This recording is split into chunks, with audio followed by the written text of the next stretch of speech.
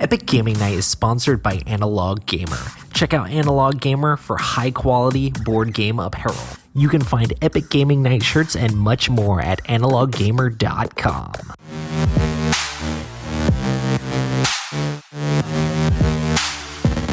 This is Epic Gaming Night, a podcast about board games and the stories and relationships they create.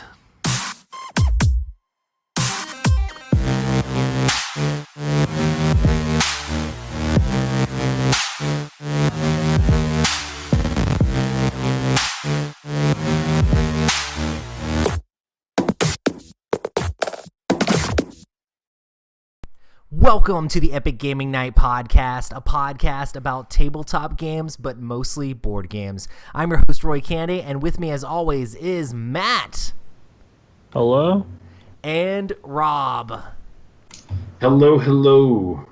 And we have a special guest tonight, Brian Beyke. What's going on? Hey, what's going on, fellas? What's up? Hello, sir. So, Brian Beyke, if there's anybody out there who doesn't know about you, which is just crazy, like, who would not know who Brian Beyke is? Tell us a little bit about yourself. I'm sure there's a man. large population. I am Brian Beyke, and I would say most of anyone who's listening / watching this might have seen me around the cons running around or have talked to me online. I was formerly with Plaid Hat Games, so for a little bit, and doing customer service and the social media and all that stuff with them, event coordination. So I probably have talked to you via phone or email or at the shows. So that's me. A little bit. Nice. What do you do now, man? What's it been? I work at a coffee company. I've been what? What? You work at a coffee company. Yes. I work at a coffee company now, but I don't make the coffee yet, really. So Plaid Hat had moved down to Dallas area when we were originally in Ohio, and my hometown's in Louisville, and we were trying to figure out how to move the family closer to home area, and had a job opportunity come up back in Louisville, my hometown, and so took that, and that's with a company called Quill's Coffee. So I do similar stuff to what I did with Plaid Hat there. So customer service, social media, marketing, communications, yada, yada, yada, yada. That's awesome. Now, how long, though, have you been a coffee fan? And I'm not saying like, oh, I have to have a cup of coffee a day, because you've been in love with coffee before you took this job. Like, for sure. And I know we're going to talk more into that into the future, but let me rephrase the question. Did you take this job solely because it was coffee related? No, not solely. I think part of it too was just proximity and getting closer to home. I think there were a couple other jobs that I had that could have panned out too. But this one, it definitely was attractive because of it being in coffee. But that's one thing that's kind of tricky, is because back before I did stuff with Plaid Hat, gaming was a hobby and coffee was kind of, but gaming was more so. And so it was real exciting about going into like a hobby job. Yeah. And so it was always kind of scary thinking that I would be making a jump like that again into a different hobby, because what if something doesn't work out with that, and then what am I left with, right? So I was a little nervous about it, but I think it's been great so far. That's awesome. Whenever you jump into but a job to your original question about how long I've been. Whenever you jump into a job you go right ahead. That's like a hobby or whatever, does it like mess up like any of like your enjoyment of that hobby, or can you like cut those parts off, or how does that work for you? A little bit of both. It's a little bit of both. I think with Plaid Hat, it was interesting because I was really, really big into Plaid Hat games, right? So I had a different look at them. What am I doing wrong, Rob? What's this? No, I'm hiding my beautiful wife. Got it. No, bro, I'm not ashamed. If anything, she should be ashamed. No, not at all. I'm just asking. You're gonna hide her from the internet. No, we've been crazy working all day, and only I get to see the hot, sweaty, nasty, awesome, sexy wife. You guys don't get to see all that. You just get to see the hand.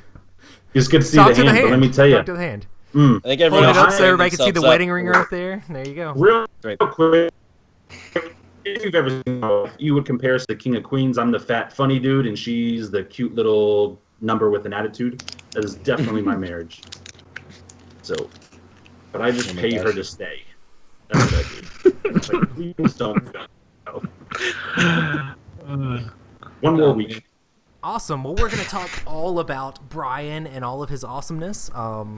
But before we get into that, I guess we'll talk a little bit about some of the games we've been playing recently.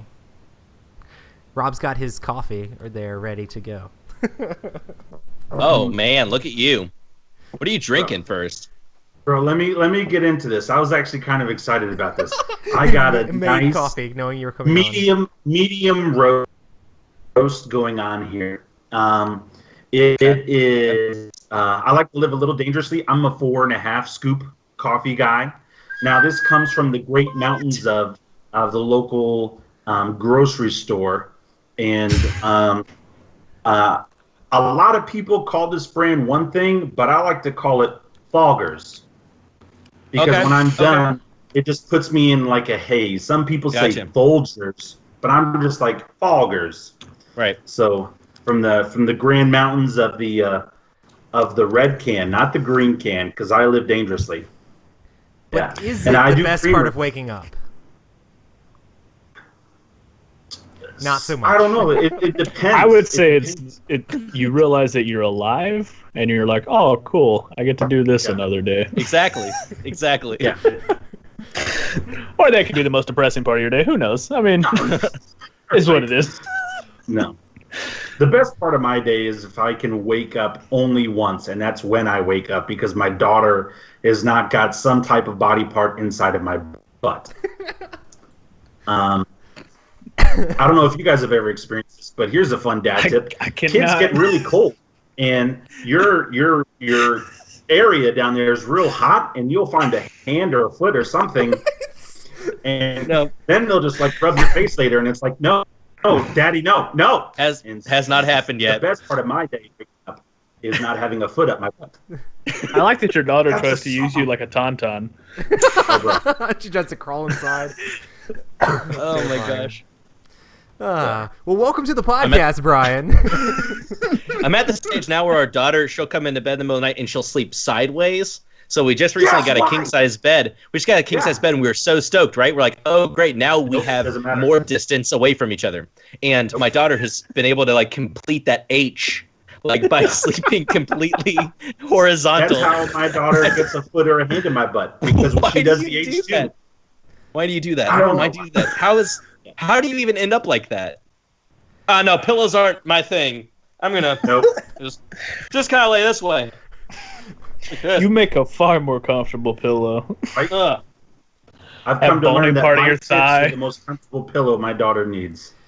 My children are banished to their rooms when it becomes dark and are not allowed to come out until the sun comes up. Do you like board their door shut? Yeah, it's like the zombie apocalypse. We've been to the house. Daddy, I just want some water. No, I nailed it. No water. Get back in bed. Come out. Yeah, that's pretty much it. The monster's daddy. So deal with it. Dude, it's so funny. Like, you know, some kids are like scared of the dark and stuff like that. Like tonight, I accidentally left my son's like light on in his room. He's like, Dad, the light's on. Like, turn the light off. And I'm like, okay, sorry, I forgot to turn your light off. So, good times. But hey, let's talk about some board games. All right, I'll go first real quick. I haven't been playing any board games besides Unicorn Glitterluck. Because we've still been moving, so I've been setting up board games. Haba makes the best kid games, and so I've been having to spend time, not having to, but I've been spending time with my daughter, because she's been fantastic through this whole move, but sometimes a 3-year-old needs a break, and she wants to play with mom and dad, so we play a lot of Unicorn Glitterluck. But I do have this awesome thing that just came in the mail today, and you guys see that? Oh, nice. Hold on. Let's keep going. What is that? In French? It's either French or Italian. All I know is I clicked on Amazon because it dropped to like $30, and I was like, order now. Didn't realize I got a different. You don't even need the rules for that game. Come on. Language doesn't even matter with that game. It doesn't. But I just remember when it came in earlier today, I was like, what in the heck? Chance et adresse menet a la victoria. It sounds more Italian to me than But it does yet the French. game is still called Strike. Yeah. No, but with the times, it's strike. Okay, well, you need to link me to that because I still need to pick up a copy of that game. Bro, they did a hot sale on Amazon because we played it at a con down here. And as soon as I get done playing, I went on Amazon. It was like $45, $50. I was like, no. Yep. And Amazon was doing this weekend sale, and it was like $29.99. I was like, I didn't even read where it came from. I just said, click. The only thing I knew about it was the game is awesome. So now I'm an international games dealer. So that's been my stuff, and I've been playing video games. Yeah. Brian, what have you been playing, man? When we just a couple weeks ago, we were in New York for New York Coffee Festival, and I met up with Emerson while I was there because he's in Brooklyn. So, okay, so you were in the I city. know, right? I was like, "Hey, Emerson, are you in town?" He was in Canada. He's like, "I'm going to be flying back." He flew back, and so we met at this place. I forget the name. It's called like Fat Cat or something. It is a live jazz bar that has pool and ping pong and board games. Okay, That's awesome. Which their board game selection was like crappy and tiny, but Emerson came, and if you know Emerson, you know that he always brings games. And so I was there with a couple of folks from work, and so we played Jungle Speed, and now everyone at work is kind of addicted to Jungle Speed because I went across. There's a game store, Louisville Gaming. Is it Louisville Gaming Store? Louisville Board Game, right across from one of our shops, and I went in there. They had a copy of Jungle Speed. I picked it up, and so now that's just what I get to the table. Do y'all play where you put the totem like on the other side of the room and everyone has to fight for it to get all the way over there? Haven't yet, but I saw the video of that, and tomorrow we're going on a retreat. The ops team is going on a retreat in some cabin thing, and I guess it's multiple floors. And so I'm trying to see if we can't get the totem like downstairs. So we'd have to like kind of just jumping over the balcony or like going downstairs. So we'll see. I don't know. It might get rambunctious. I'm kind of hoping it does. So if you're not breaking limbs, you're not playing hard enough. That's right. That's right. Nice. Matt, so I know you've been playing your new exciting acquisition, so... I mean, played Pandemic Legacy. It was Pandemic Legacy. I don't really know Who'd what you else play to with? I've say. never heard of it before. Played with Hector, AJ, and Ryan. The cool kids. I heard what some of the names of the characters were. I don't know if it's podcast appropriate. I mean, I don't think the characters were as bad as what we I'm made not them in there this in a phallic way, am I? Nah. Okay, good. Yeah, maybe slightly. What about Hector's? I'm just kidding. I don't remember what the first name of Hector's character is, but it's something like Chester Harddick or something like that. Like it's just one of those like, oh, okay, that's a bit on the nose. All right, that's fine. Hector's going to be listening to the podcast man, I don't and be know. embarrassed now, so it's all good. That's fine. Our disease names are hilarious though, because like AJ was just talking, and I don't know if I can get too much into it without spoiling like the first month, but like the blue disease is the one for us that is challenging, Gotcha. to say the least. And so AJ's like, man, it's like blue balls, and I was like, write it on the board. That is what it is. You have determined it. That is what it is. So there's blue balls. I think Hector named his It Burns When I Pee, but did it in a way that sounds a bit more scientific. Is that the yellow one, or? I don't remember. Maybe, actually. Nice. Because mine That's was the black red. I actually don't remember because Ryan named that one, and I don't remember if he actually was like trying to be serious or named it something goofy. What? I have the board here. What am I doing? Yeah, make sure to so- show it to everybody on here because that wouldn't spoil anything. I mean, the game's number one on Board Game Geek. If you haven't played it yet, obviously you deserve to be spoiled, right? It's like Star Wars at this point, right? Like, Han Solo dies. Kinda like The Shining. Or not- Yeah, whatever. Shoot. okay, so The yellow disease is literally BW-1P for burns when I pee. The blue disease is blue balls. The black disease is erectile dysfunction. And the red disease I named because at the very end, it was the last one, and I was like, man, we are getting raped. So I just called it just rape. No actual disease. So you're trying just to cure rape. the world of... That's good. That's a positive thing. Yeah, it's actually that's the one we keep curing most often, so it gets easier each time through proper education. You too. Have you guys helped Shia LaBeouf yet? No. Awesome. I did get a slight rule wrong, but that's okay. It's crazy because we got It's not rules so- wrong the first time, and then you like It's not so scoured the much- rule book over and over and over and over again to make sure you didn't get any rules wrong.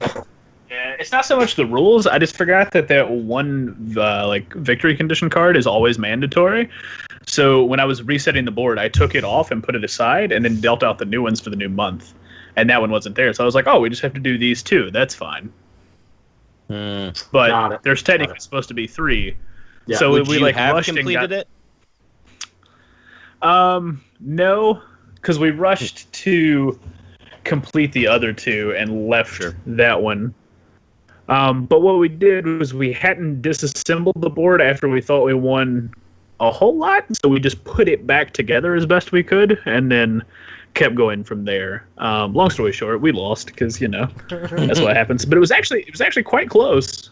So What month are you in now? we are heading into April. We played 5 games. Oddly enough, we lost January twice. That's like regular pandemic. I know. We just got destroyed in January, and I was like, man, this does not bode well. And then it just everything global seemed to warming, work dude. out a little better. Yeah, global So- warming. Yeah. It was good. Diseases go crazy. Yeah. But that's what I've been playing. Bless you. We played piles and piles of games on Friday. We played Race for the Galaxy and Karuba and Champions of Tales. Midgard and Tales of the Arabian Nights. All amazing, solid games. I really enjoyed playing Champions of Midgard again, just because it's been a while since I played it. As far as worker placement games go, I'm a thematic board game player. I like games with story and lots of themes. So Euro games are not necessarily the thing that I'm drawn towards, but this Euro worker placement game is awesome because it's got tons of theme in it, and you're the point of the game is to fight off monsters, and you're trying to recruit dice and roll them to actually fight the monsters. I know a lot of hardcore Euro players have issues with this because they don't like the randomness of rolling the dice, but I really enjoy gathering the food and doing all the stuff and going on the Viking voyage to go across the sea and try to take over the monsters, and it feels very rewarding when you actually make it happen. But sometimes you roll bad and all your Vikings die, and that's just how it is when you go out to sea. But yeah, that game's always a blast. Tales of the Arabian Nights is always crazy. Hector rocked us in that game. The game's really kind of pointless. You're just trying to see what happened. But Hector's I go over here and I get blessed, and I go over here and I make tons of money, and I go over here and I find this ancient artifact. He was just All from stealing. yeah, he was just stealing everybody blind and getting really good on it. So it was pretty fun. But yeah, I love Tales of the Arabian Nights. Have you played Tales of the Arabian Nights, Brian? Nope. So We had it at the office, but I never played it. It's ridiculous. It is if you like narrative games, that's all the game is you're just playing through a giant choose your own adventure, and it's very random how things happen. Because you have an encounter, every single turn is just everybody's having encounters, and you have an encounter, and then you have say you'll meet a djinn or something like that, because it's all set in the Tales of the Arabian Nights, Middle Eastern, Arabia stuff, and you meet a djinn, and it gives you all these different options of what you can do. You can bribe him, or you can steal from him, or you can talk to him, or you can pray to him. You have all these different options, but you really have no clue which of those options is better, because sometimes it's Right. oh well, I'm gonna pray to him because he's a djinn, he's this genie guy, maybe I should pray to him, and he'll turn you into a slave, and you're oh man, that's terrible. Ah, crap. Or you're okay, well maybe I'll rob Typical him, Thursday. and you end up stealing his lamp, and now you have these genie powers or something crazy. So it's you never know whether it's going to be good or bad, and it's always just crazy story trying to figure out what happens. So if you like a casual, laid-back game where you can just see how things unfold, it's a great game for that. That's a Z-Man game, right?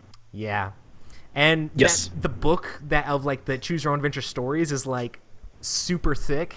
That game's pretty old, and I wish that someone would make different versions of it in different themes. I mean, the Tales of the Arabian Nights is awesome, but it'd just be cool to have more of it. But I can understand how much work it's ridiculous how much work had to go into making that book work for that game. But Is there a digital version of that game? Of I don't or at know. least that portion of it? I think there is some sort of book companion app. I don't think it's official, and I think it mostly just helps you figure out which page to turn to or whatever. So, but yeah, pretty cool. But Pretty yeah, cool. I guess we'll just get into to talking to Brian is basically what this podcast is. So yeah, We've been and talking about that's a doing this good for a thing. long time. That's a good thing because we like Brian. I like know. you guys. The hype Aw. is I Long love time you, listener, man. first time caller. Hey. You don't listen to the podcast, do you? Come on, man. I watch it. Is it What? because you got in trouble? What's that? Did you lose a bet? No, dude. Do you purposefully watch us? Yeah. If no one else does, I'm probably wasting my time here right now. So just throw that out I there. mean, fair I would point. hope there's at least Great about another the 3 internet. people who do also. No, listen. On the internet, we have 10 billion listeners. Jeez, that's a lot. That's I know. That's Pretty like yeah. sure. That's Rob, like Rob almost just every Trump makes up supporter. numbers. It's just 5 people in China. We have numbers, but every Making single time accounts. Rob tells people our numbers, he just makes it higher and higher every single time. So Sure. he's Sure. up to the You're 10 not going to billion tell a mark. story that's lame. oh my gosh. But yeah, we like to have fun. It's pretty cool. Right, Brian? We're in customer service. We get it. That's right, sir. Awesome, man. Well, you've worked with game companies, all sorts of different stuff. How did you actually get into tabletop gaming? When I don't think I was in college anymore. I think I had graduated, but I was in Cincinnati, and we had met up with some friends who were interested in gaming, and I think I probably started with Ticket to Ride or something like that, a gateway game, if you will. Gotcha. And I mean, I'm sure the story is not unlike anybody else, but I remember starting to watch Tom Vassal videos. I remember the first time I watched him explain. I was really interested in abstract games, so like Zendo or Zertz, any of those. Was it the GIPF series? I don't have them Yeah, I know what you're right here. Do you know what I'm talking about? but I haven't. They had a played whole any of them, series but of I know those what you're games, talking and they're all abstract and weird. But in Board Game Geek's rating of abstract games was this game. I thought it was an abstract. Was this game called Summoner Wars? And I remember the first time that I watched Tom Vassal explain it was back when they had the old paper boards. So he's like, "This is the board," and there was nothing on it, and I'm like, "But that doesn't make any sense." And then he talks really fast, so he's like, "Oh, you put these cards out, and there's this wall, and you basically just bring things out from it." And I'm like, that doesn't even sound like a game. What does that even mean? That you just you put out a wall and then you can bring anything out from it, and there's these wolves, or it's like an orc, and it's like a troll, it's like a goblin. I'm like, what is he talking about? So I put it off for a while, and then I think I came back around to it and kind of got a better feeling for what that was, and went to a local game store. And when I was in Cincinnati too, there was a guy who, I guess he was a part of the Platt Hat Corps. So he would do demos of Summoner Wars around. So I'd go to the shop. He kind of showed how to play some stuff. And so I kind of picked up on Summoner Wars then and got hooked pretty fast. And not too long after playing a whole lot of games of that, I was playing on Vassal as well. And then I was really into a podcast called the Blagog podcast. Is anybody a Summoner Wars fan? Or remember the Blagog? I'm a huge Podcast? fan. Not that far. So they had I think I've listened it to was a few episodes of it. strategy. Yeah. It was a strategy blog that Joe Pinion, Joe Ellis, who works with Platt Hat now, he was a part of, and it was a strategy blog, but then they had a couple of podcast episodes. It stopped, and I was like, oh man, there needs to be more of this. So me and this guy Frank at the time, he was just another big Summoner Wars player from the forums. We started a Doug's Guide to Summoner Wars podcast. So it was a podcast all about Summoner Wars. So we did that for a long time. Mm-hmm. Super well received. It was really fun. They ended up putting like a little banner on the website for that. And because of that, we were invited just to talk about Summoner Wars on the Plaid Hat podcast at one point in time. And I think maybe the second time in doing that, I kind of just kind of floated to Colby like, hey, you should hire me. And then at some point he did. So that's awesome. That's kind of like a fast version of like how I got into gamings and then kind of leading into like starting to work at Plaid Hat.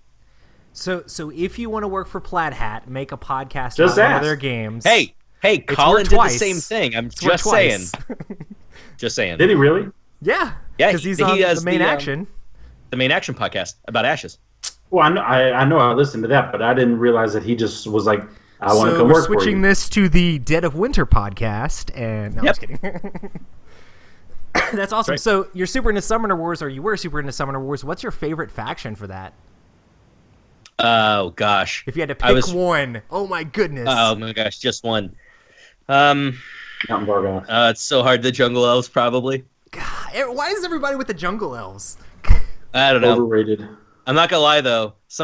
I like the Sand Goblins and stuff a lot more because I got for the second summoners towards the end. I got to do more of the design work for stuff. So some of it's exciting just because I threw in some stuff. That was kind of funny. I like the Guild Dwarves. So. Yep. Yeah, of course. You look like a Guild Dwarf liker. They're the most Viking-like. Yep. I'm gonna work on it. Hopefully, I can be more like Matt. But yeah, I really like the who are the assassin guys? The Shadow Elves or cloaks?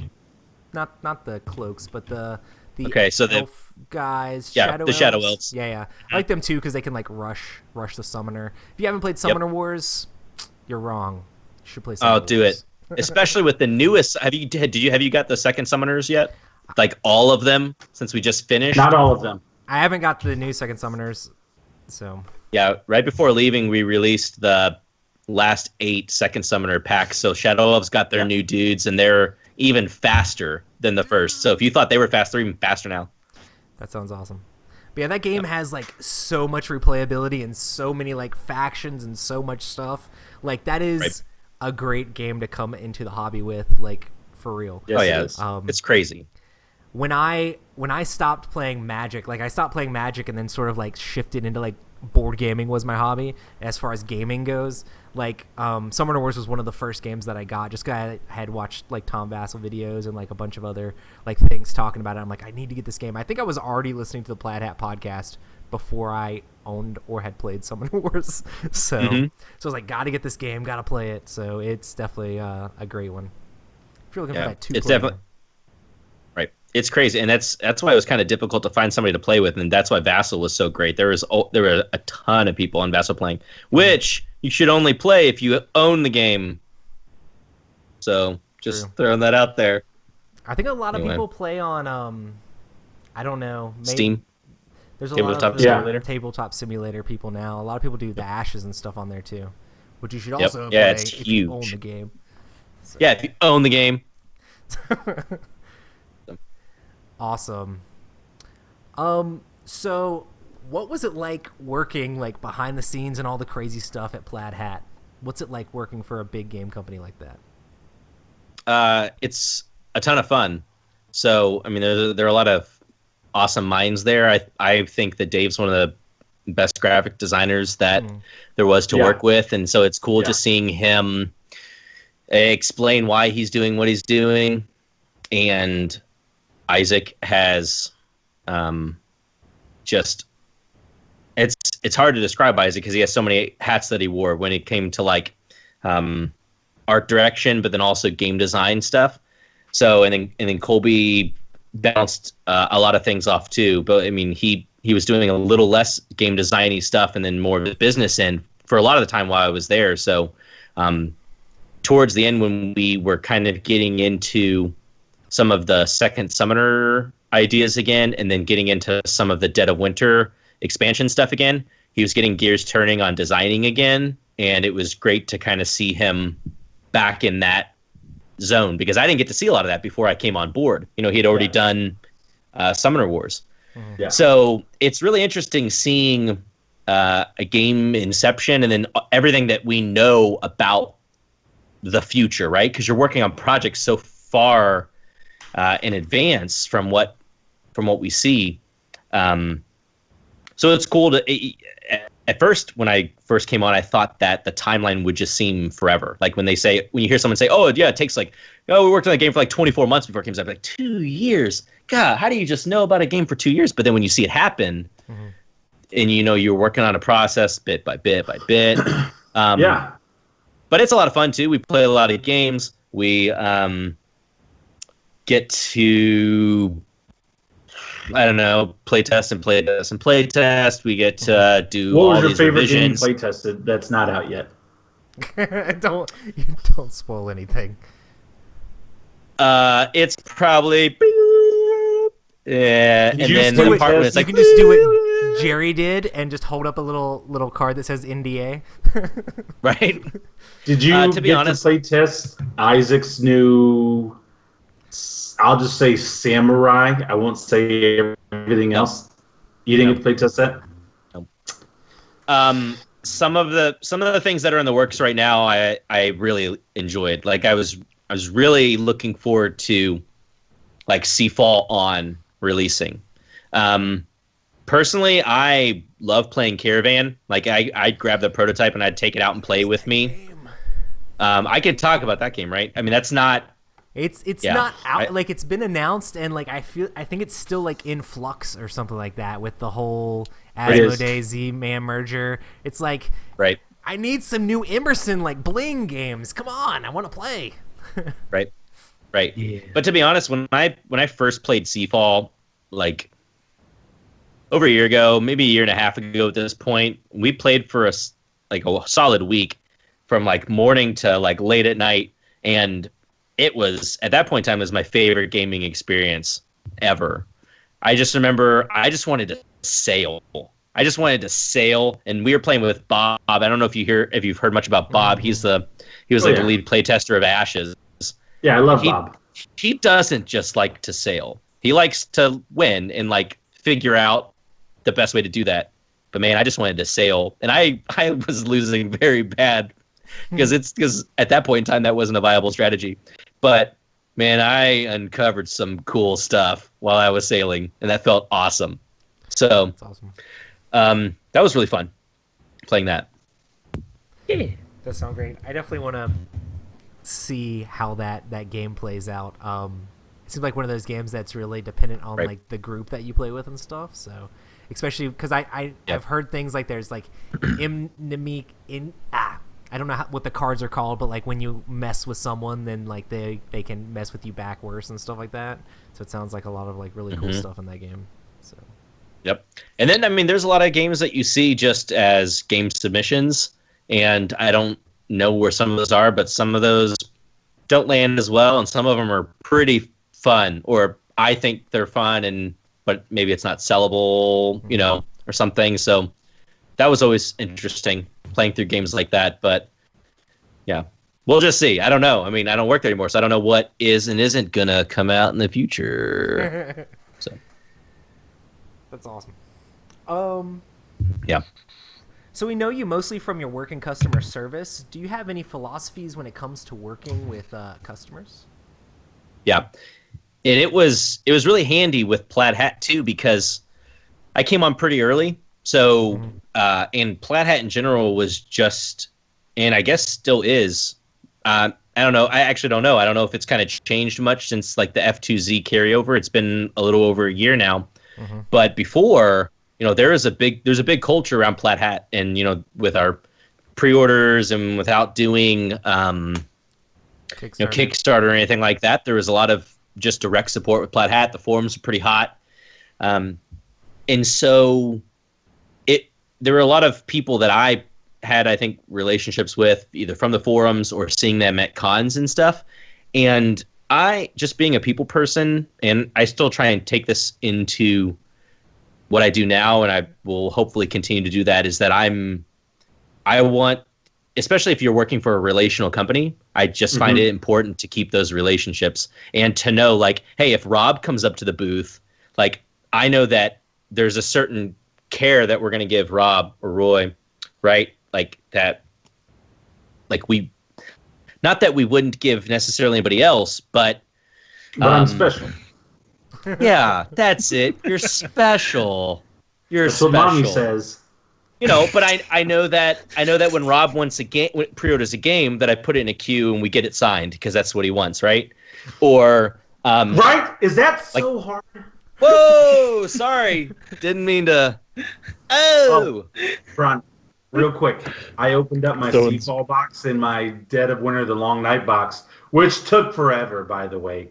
I won't talk to you about that because that's not your fault. Even though it's kind of your fault because you didn't answer your question. I was like, hey, man, when's Long Night coming out? And you responded, did you order Seafall? And I was like, yep. And then no response back from you. It was just like, kind of like, uh-huh. Like, hey, did you ask me right before I left? That may have had something to do with it. But hey, still, you know what?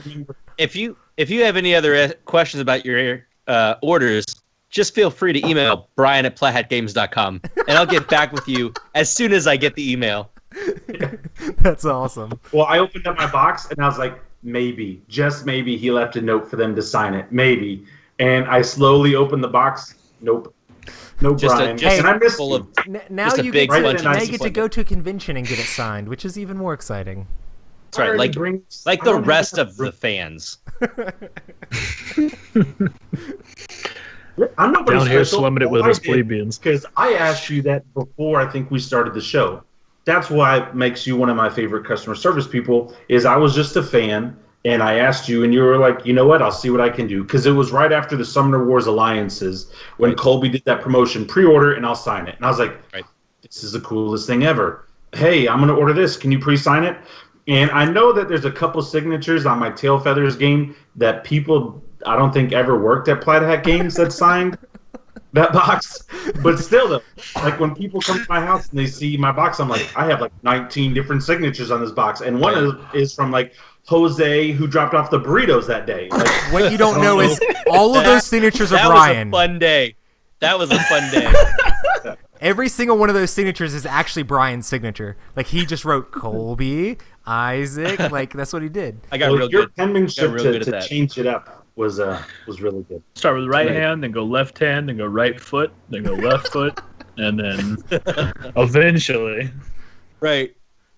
But just with me with customer service, and it's tricky. It's tricky when it comes to emails, but it makes it more important when you talk to people kind of face to face, because you're, as a company, you're trying to build a customer service that wants to come back, and so you always have to make them have a good experience. But at the same time, like, it shouldn't be difficult to do that, because if you're putting out a great product, you believe in the product, and you get it right. Like, I don't know. I just try and make everybody happy, but at the same time know that to be honest, one of the last things that I learned, which I feel like should have been one of the first things I learned, though, was just to know that I cannot please everybody. Because being like the relational person that I am, there are a lot of things that would get to me easily, because people, they email really hot, really upset about something. And a lot of times after I'm like, oh, what am I going to do about this? How am I going to diffuse the situation? Okay, let's think it through. And then send a response, then they usually come back and they're like, oh, I didn't know someone's going to respond to me. It's cool. But like, it's something that really bothered me for a while. But people they just don't care, right? Sometimes. And towards the end, I started to realize that I just needed to know that I can't make everybody happy. And I think it made it easier to address people and meet them where they are when they're upset. But my favorite was always just meeting with folks at the shows. So.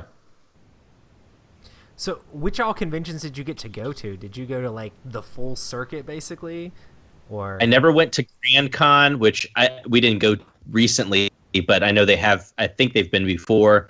I never got to go to PAX, and I did not go to Essen, but I did BGG, I did Gen Con, and I would do Origins. So I don't remember if we did anything else. But what's that? Out of those three, what's your favorite? Maybe not so much as an employee, pick a favorite child. fan. Okay. No, it's not really like that. I really like Gen Con. So Origins is fun because it's close. I love Columbus, but I just love the vibe at Gen Con. It is so busy, and you meet so many people, and it is a absolute blast. So it's really tough between those two because they're a very different pace, but I like them for different reasons. Like Origins this year, I thought it was gonna be my last show, and it technically was working because I went to Gen Con just for a day and visited some folks and then went back home because now I live in Louisville. It's just an hour and a half drive. But Origins this last year was great because they didn't send any representatives for Z-Man or Pretzel. So Isaac and I were the representatives basically for the three companies. So I was kind of just umbrella head over everything. And it was cool being the point of contact for just anybody who had a question about something in regarding to junk art. So taking photos of that and just kind of chit-chatting, and all the games were really fun to play, so that made it extra fun too. That is awesome. I still need to send that email. Speaking of customer service. I bought a copy of junk art when I got it. One of the pieces was like snapped in half. And I mean, I got some more pieces too. Most board game companies, like, it's so easy, like, just to be like, oh, get a parts replacement, like, simple email. You don't have to be hot-headed or anything crazy. Like, those companies are used to that stuff. They have versions of the game that are probably, like, torn apart that have this piece or that piece taken out. So they're like, okay, let me get this piece out of that torn apart game, mail it off to you. So, right. And it helped out too when Joe put in the replacement request form. So at first, all replacements were just email about a replacement, and then now there's a form, so you don't have to respond to everybody exactly, and you can still get the replacements out, and it's just a way smoother system. That's awesome. Yeah, I know but it takes away a little bit of the customer service, right? A little bit. But I mean, I feel like the customer's still gonna be like, oh man, they like, as long as like there's a response and like they're like, oh, they got the thing out, you can tell that the company cares about. They want you to play the game. They want you to have a game that you can play because that it'll be good for their company as well if you are playing the game and hyping it up and enjoying it. So, awesome stuff. So we're gonna switch gears a little bit, and I know Rob talked about it a little bit already, but when did your love for coffee blossom? Oh gosh, it was probably shortly after gaming, because I remember I had a friend named Kyle, and at the time he worked at a little cafe that was in this place like Hyde Park Garden or whatever. I don't know. It was like a florist place. They sold trees, they sold flowers, and there was a little cafe in there, and he worked in there, but there was a couple tables, so we would do like game nights. I'd bring pitch car up. So I was really big into playing pitch car, and we would do like pitch car tournaments and just drink coffee. But he taught me kind of a lot about, I don't know, manual brewing and stuff, and from there, just kind of my personality, I like to get into stuff. So I thought it would be interesting to try and figure out what kind of coffee I liked more than others, and then it just kind of, it's like a rabbit hole that you just kind of fall down. It's the same thing with gaming, right? Then you end up buying like every game, and you're like, cool. No, not cool. No, it's not cool.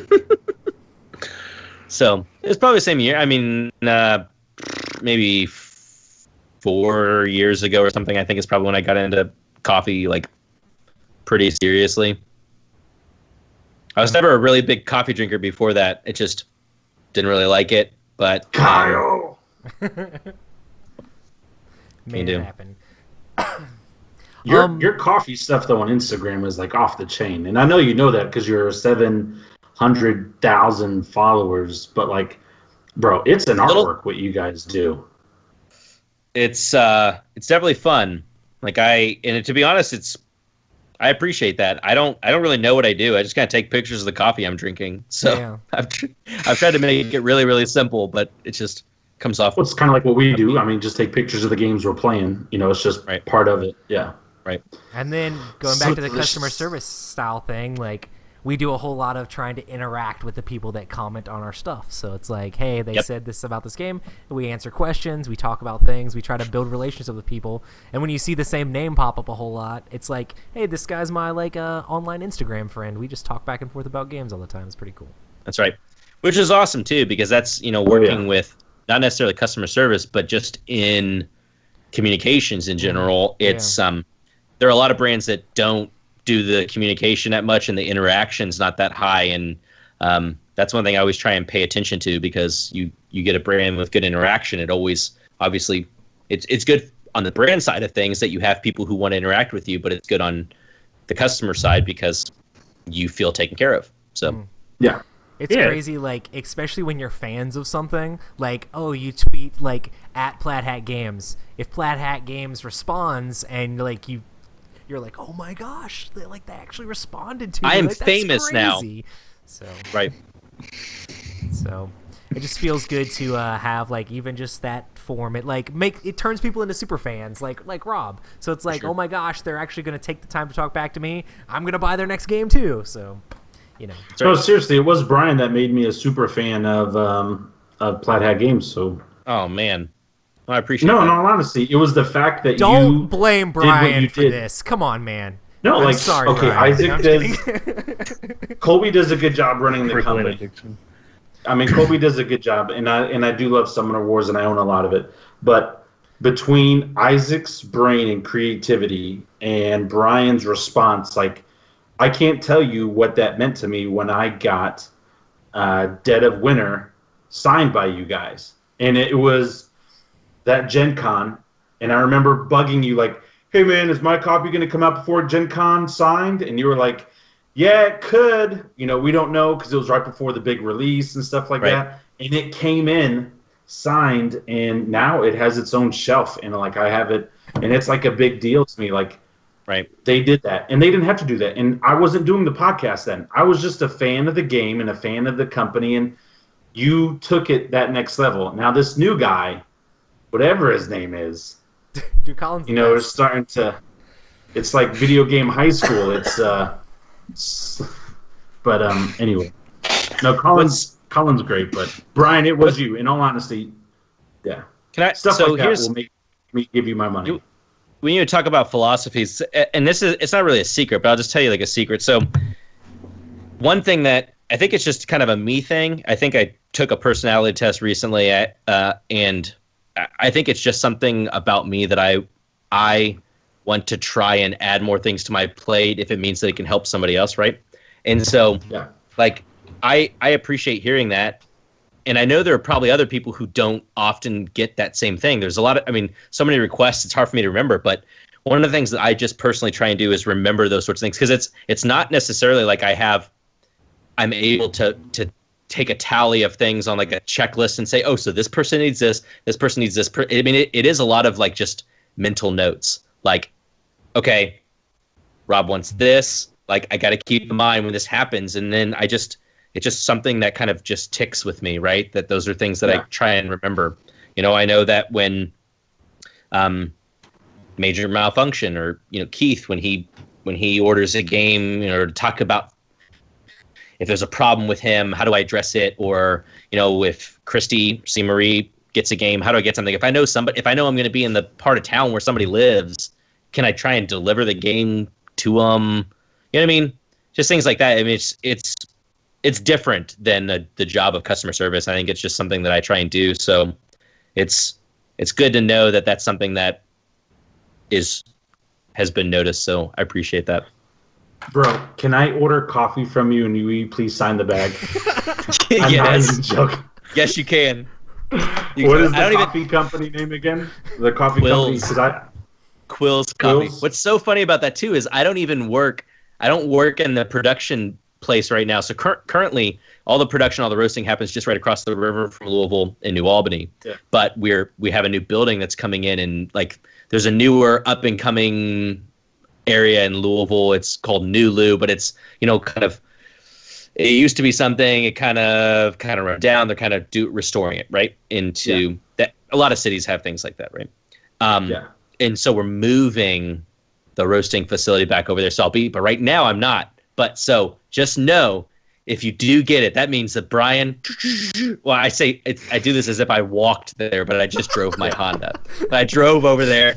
That means I had to get coffee somewhere else. And then I'm like, hey, before you put that in the, I'm gonna sign it. And they'll be like, what are you doing? I'm like, just let me do it. I feel bad. Sometimes I ask the production team for weird things. So you can just mail in some folders. Should I email you first, or should I just go on the website, or what?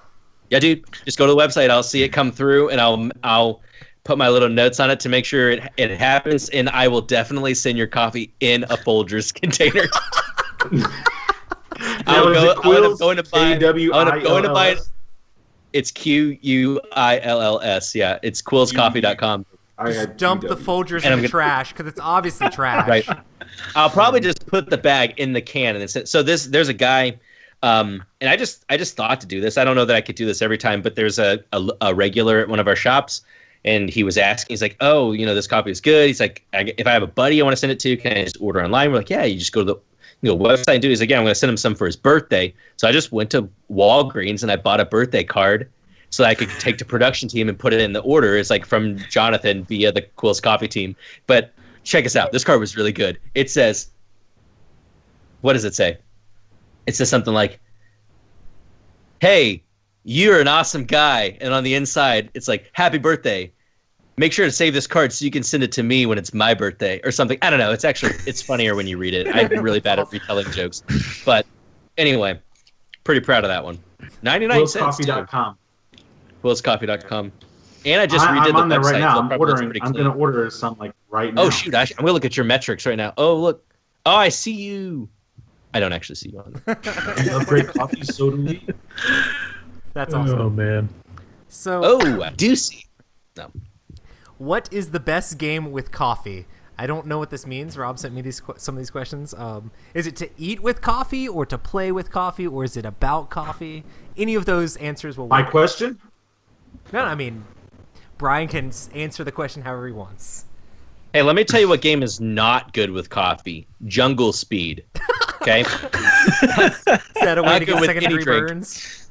Yeah, don't put any drink on the table with Jungle Speed. So I was thinking about this, and then I thought about changing my answer, because earlier you were saying, Roy, you were like, "Oh, I'm not a Euro gamer." So I'm like, it doesn't matter. Like, want to say Euro different games, people then. like different games. Well, like, boring Euro games. I don't know. Boring. Imhotep? You played Imhotep yet? I've heard that's great. I haven't gotten a chance to play it though. It is great. I like it is a lightweight great game. Euros. I mean, games like that. So it's kind of a quiet game, right? Everyone kind of keeps themselves. That's a good one. Code names, because you're playing with teams, but it's probably pretty tense. Decent coffee game. Games like Heroescape, Twilight Imperium, Eclipse.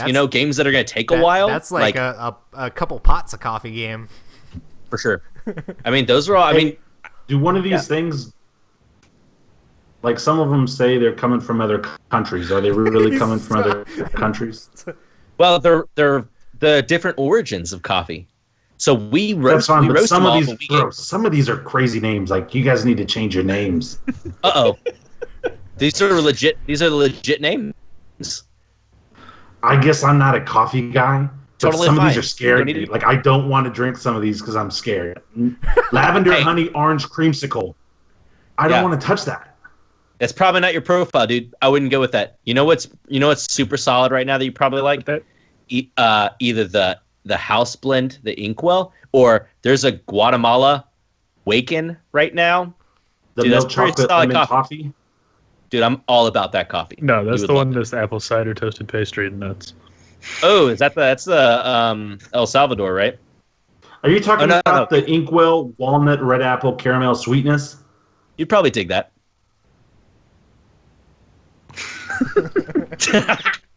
That's awesome. Rob's just like in his own little world right now. He's like, you're gonna send me toasted nuts and a caramel apple? Is that what you're gonna send me? Well, here's the funny thing. I used to be a sales manager for a water and coffee company. And so I understand the different craziness about it. And I remember Starbucks coming in one time, and we had to do this special test, and you like sip the coffee weird and let it resonate on the back of the tongue to see how it hits. Yep. but I'm trying to think of these flavor combinations, bro. And hey, quillscoffee.com, it's fantastic. And don't ever visit this website if you're ever doing drugs, because it will mess with your mind. Like this is crazy. So here's one thing. Here's one thing that I think we could probably do a better job of explaining. So like when you were talking about coffee, you could talk about sweetness. You could talk about just general flavors. Like if something tastes like apple, are you talking about like an apple acidity? Does it just taste like apple, or like a body? So like a mouthfeel or something. So the reason I bring that up to you is because like our Kenya, our Ethiopian, so coffees from Africa, you might not like those because they're going to be lighter. If you're all about that like medium roast Folgers, the Guatemalas, the El Salvador, the house blend. I'm really digging this milk chocolate lemon toffee. Yeah, dude. Which one is that?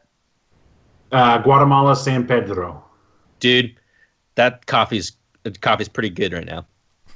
All right. We have it in shop. We have it in shop as our single origin espresso offering, and it is very good that way. Which you probably don't make that, but that's totally fine. No, I like specialty coffees, but I usually go to a place for. I don't know if like my coffee maker is like worthy enough to do this. Totally good. Totally fine. Here's the thing that sucks is like now I've got to go upstairs and get my wallet. Oh, darn. You could do it later. You don't just have your debit card memorized? But don't. Do it now. Do it right now while I'm on. I'm doing it right now while you're on. Do it right now. Brian Beyke, if it does not come in a Folgers can, signed by you, Brian Beyke, I'm going to flip out. Dude, I'm going to go there tomorrow, and I will send you pictures while I am signing it. Oh, no. That's awesome. Oh man, I'm gonna do my email that's connected to the show. I won't do my other email. I've got like 4, but all right. Big Guy Newman at Yacht. Well, Big Guy Newman is placing an order right now. I mean, it's not clearly my real. it's. Please don't email that. Please don't email that. All right, I'm gonna change that. No, because now I'm paranoid. But it doesn't matter because I already said it. So what does it matter? What does it matter? I mean, it could be Yamail. It doesn't necessarily have to be the other one. You can just make up a website, put in some email. Is that seriously though? Did I really just screw up? Do I need to like get rid of that email? I've had that email since I was like in the 9th grade. No, I don't. I'm pretty sure you're okay. Dude, sometimes I beg people to email us and they don't, so I think we're good. I'm just kidding. So what is the hottest trending coffee right now? Oh my gosh, is that a pun because coffee's hot? Rob wrote this question. I don't know. Ask him. No, I was just talking about what coffee are you guys selling the most of? Like, what's something that you're struggling to keep in stock? To be honest, that one that you mentioned, the lavender, honey, orange creamsicle one, it's from Ethiopia, and to be honest, that's is the grapefruit one. No, that's the Kenya. The one that you said lavender, the Kayon Mountain, Ethiopia. Do you have any coffee that doesn't taste like coffee? Well, that one right there is the coffee is from Ethiopia. Like a light roast coffee is gonna taste more tea-like. It's a little bit more like Earl Grey. So a lot of characteristics gonna be similar to Earl Grey tea. I'm very much a Mountain Dew and sweet tea person. Oh, dude, we have no Mountain Dew. We have no. Hey, one of our cafes, we just rolled out a seasonal menu. One of our cafes has a espresso cola. So it's Mexican Coke and a couple of shots of vanilla, and then like a shot of espresso over top of it. It's really under tasty. coupon. Can I say Brian said so? You can. I do not think it's valid, but you could totally try it. Let me try to type that in and see if it redeems because it says redeem. I sure hope so. I'm on the back end. I could do something. Unable to redeem coupon. I'm such a failure. There's a thing called Good Food Awards, and they do it for like charcuterie. They do it for chocolate. They do it for coffee. They do it for beers. And we submitted that coffee for Good Food Awards. So the Kayon Mountain, Ethiopia. So it's interesting because I could get into a lot of talk that's going to be over a lot of people's heads, so I don't need to. It's a really nice coffee though. Like if you're into specialty coffee, it's super hot. It's super good. But can I tell you something weird? This is weird. Like it might not be as weird for you guys, but like in a specialty coffee thing, it's weird. You see this right here? This thing's called Sudden Coffee. There's a dude who's a Finnish barista champion, and he moved over to the U.S. and he started a company called Sudden Coffee, and they are taking like specialty coffee, so like from some of the shops out in like San Francisco and whatnot, and they're like pulling them as espresso, and then they're like dehydrating them, and all you do is you take this tube. It's like, let's see if I can show it to you. I might not be able to. You just dump it in water, or you see this? Yeah, you literally, hot or cold, you just put it in water, and then you shake it up or stir it up, and it's coffee. It's like an Americano. Does it taste like science? It tastes like unicorn blood, is what it tastes like. That's awesome. I actually like man, that you can add it to blood. cold water. Yeah, it's. I mean, it's not as awesome when you add it to cold Massive water, but Darkness, you can. man. What's up? Sorry. No, Massive Darkness. One of the bad guys is a unicorn. Oh, snort it. But that's kind of crazy right now. Awesome. Now I remember this a few years ago was a big thing, but it was like the Esmeralda blend that like people were talking about for like a really long time. Is that still a thing? Or are you talking about the really sort of expensive coffee? Yeah. The one that was like, there was one guy growing it and people found it and they were like, what is this? We need it all? Yeah, and I love that stuff. So it's from Panama, and it's a place called Buquete in Panama, and it's a type of coffee called a Gesha. So if you think about apples, you know how there's Fuji apples, there's Granny Smith apples, there's all these different types of coffee. Same thing with coffee. Yeah. And so there's this type called a Gesha, and they just had noticed that it had characteristics that were really nice, and it was temperamental. But when they submitted it to this like Best of Panama competition, it blew everything away. And so people are like, what is this? And because of that, it just started going for incredibly high prices. Yeah. So, and it's got a lot of similarities to like a washed Ethiopian coffee, like that one that Rob was reading on the website. But they're cool. They're really expensive in most places. So I mean, if you're interested in like a really weird experiment, check it out sometime. But I think the one of the kind of larger coffee shops around here that's like, I think in Chapel Hill had a cup of it and it was like $25, and I was like, oh my gosh. Yeah, I've never had to pay that much for it. So, but I've definitely had to pay a lot for a bag of Gesha. Like probably $80 is the most I've spent for like 8 ounces of coffee. So this is a lot. But you guys know about spending a lot of money because you buy board games, so I don't even want to hear it. I also buy bourbon. There it is. You know. There it is. On my screen, it's right here. Hey, you're pointing the right way on the stream, too. Good job. Nice. On the notes, I put, Brian, do what you do. I'm going to do what I do. So that's awesome. Let's combine board games and coffee together. What do you think about board game cafes? So it's been my goal to open one for a long time. Yeah. But so here's my problem with it though. I've not been to Snakes and Lattes, so I don't really know how they do it. But a lot of times, whenever I've seen a model like this, they normally have really bad coffee, and I don't really want to serve like bad coffee. I would want to serve like really nice coffee. I'd want people to want to go there for the coffee program, let alone the games. But I also want people to go for the games. The problem I found out though is that there's one just opened in Cincinnati called the Rook. Now, I've not been there. I don't want to knock it, but when I looked at the pictures of the place, the game collection looked atrocious. It looked so dumb. Like a bunch of gateway games, Candyland, like a bunch of dumb stuff for us, right?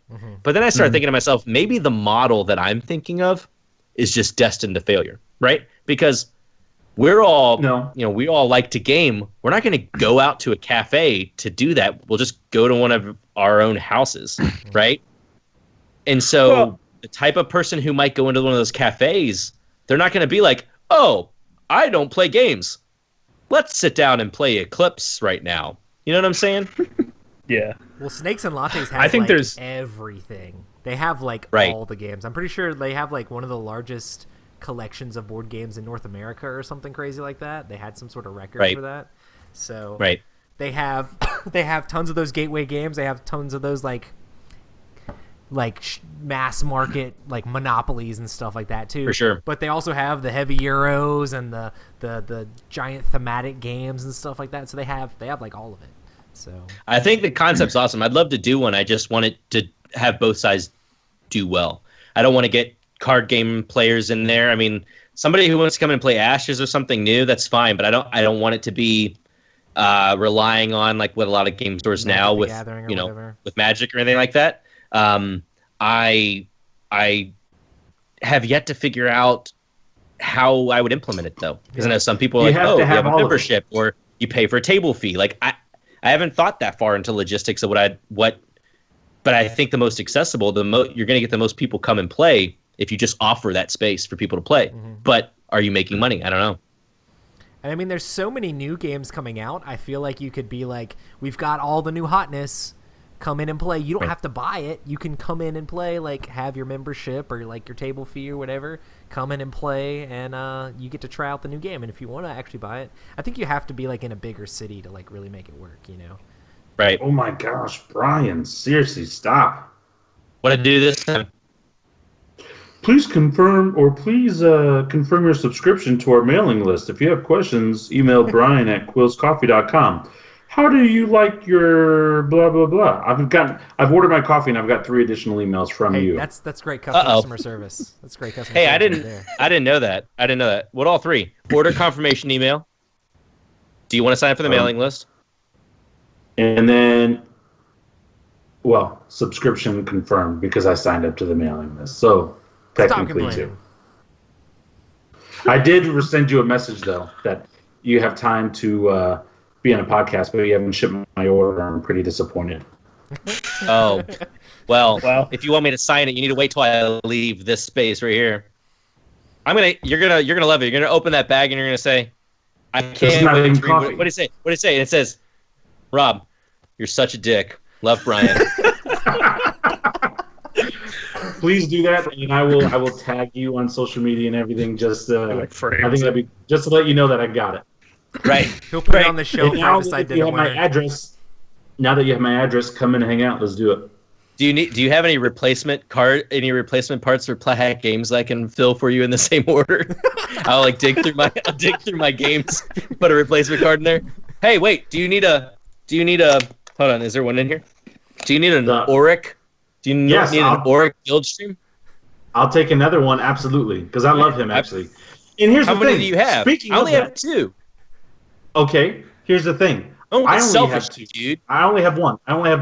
When you You make just your said order, 2. Which one is it? 2 or 1? no, I want to. I ordered 2. I only got 1. Here's what happened. I pre-ordered the cards for the Gen Con tournament, right? So I pre-ordered these cards back in May, back when you were still there. Pre-ordered the cards, and you get to pick which Phoniexborn I already have like 5 Lulu and 5 Damona, and so I ordered both That of mine art to is come sweet, with though. Auric. So they sent me an email saying, hey, if you bring your email that you ordered to Gen Con, we'll just give you your cards then because shipping and everything right now is crazy.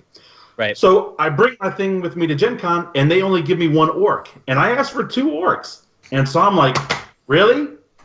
Really? Like, come on. So, Haters gonna hate.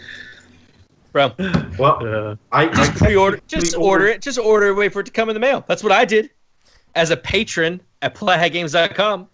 Well, I did order it, and I planned on it coming in the mail. But then I also signed up for the tournament. I gave you guys even more of my money, and I got destroyed, and I haven't played since. Whoa. That's another story. Hey, bro. I work at Quill's Coffee. I don't know what you're talking about. Do you want me to put one of these in the order? Bro, if you did that, I would love you forever. That'd be just hilarious. Hey, and don't even do hey. that. Put in like your worst card, the card you hate. Like put in illusion. Put in that illusion card that nobody uses with the demon in the background. Not, dude. I use that Yeah. card. I use all the worst cards. But seriously, I'll put one of these in there if you want. Not a big deal. Hey, what other customer service guy can do that? No one. That's No what ashes makes with your this coffee. conversation. Exactly. That's what makes this conversation terrible. Because like the more you talk, the more I'm pissed off that you left. Like I just want. I need you, I'm just Brian. gonna start side ordering things from you. So he'll Right. like buy some coffee and be like, "Hey, I don't know if you've seen the new Dead of Winter expansion. Do you happen to have that? If I could If I ordered 2 Kenyas and 1 Ethiopia, and Sam and Colin are gonna email me and be like, why is Rob ordering games to your address and then like what? And then like with notes saying like, please send to this address. It He's doesn't like, make any sense. Brian has to sign No, all the listen, games. when I send even though it them to doesn't your work that way. address, I'll be like, Brian, please sign them again. Right. That's awesome. Right hand, left hand, right foot, left foot. Oh my gosh. So is there a specific So type of coffee that should be the crack that people drink to stay up late to play board games, like those Twilight Imperium 3s and Eclipses? Dude, whatever's tasting good, honestly. I don't, or whatever your group likes. Like I was talking with, you guys know Glenn that's from not the Couple vs. question. Cardboard? No. What's up? That's not the question. What's the that? question? What is that almost illegal coffee that like you just need for that extra woo when you're waiting for that order to come in from Brian, because now I'm not going to go to sleep because I'm expecting this Folgers can, and so for me to stay up for however long it's going to come in, where's that border coffee where a guy meets me at the border and I just shake his hand, we don't exchange names, and he gives me my box. Okay. Where's that coffee? Okay, here's the deal. I'm gonna tell you a little secret. Don't. Have you don't heard? be quiet. You ever heard of? Please, this for me. You ever heard of Kopi Luwak? Yes. Oh man, here we go. That's what it is. That's what you gotta do. No, I've never had that stuff before. Please don't write it down. Don't write it down. Don't look it up. Don't do any of that. Yeah. This is that illegal Kopi stuff Luwak? for sure. So Is this that stuff way that I- after like the second sip you're crapping your pants? dude, I don't know. I've never had it. So Kopi Luwak, to what I understand, because I've never had it, is coffee that cherries that have been fed to an animal Yeah. to and then poop digest. Yeah. Mm-hmm. That's gross, dude. That's the steam that's kills to be it. honest, The that's the number steam- to be honest, that's the number one question that people ask when you're into coffee. They're like, "Hey, you ever had that poop coffee? Hey, would you try it? Would you try it?" I'm like, "No, I wouldn't try it." Like, "But why not?" I'm like, "I don't know, it's gross." I don't know, Yeah, but like the boiling water kills it. I don't care. I Science. don't care. No, dude. No. Kopi Luwak. Not gonna do it. Don't do it. Rob's like ordering it, making it happen. He's gonna start Dude, his just do own. it. Just do like a I can't order because the look I got from my wife, like, you're seriously ordering coffee right now for a guest. that's a double shot. Just do a double shot of espresso. Just, whoo, throw it back. I'd have was to like gonna be say- near a bathroom. You I'm want pretty to be sure- in my bathroom? Is that what you said? Well, always, but I'm saying I would have to be near a bathroom. Got it. I love Oh, coffee, man. but it is my laxative. Sure. I was gonna say, I think the actual crack for all the hipster kids, like in Portland, they just drink coffee and then snort an Adderall. So, I think that's how that goes typically. Yep. I've not been to Portland yet. I'd like to go get some Adderall there, but Portland, Maine, or Portland, Oregon? I don't care. I'll go to both. Oregon. That's awesome. Portland, Oregon. Yeah. I'm going to Seattle next month.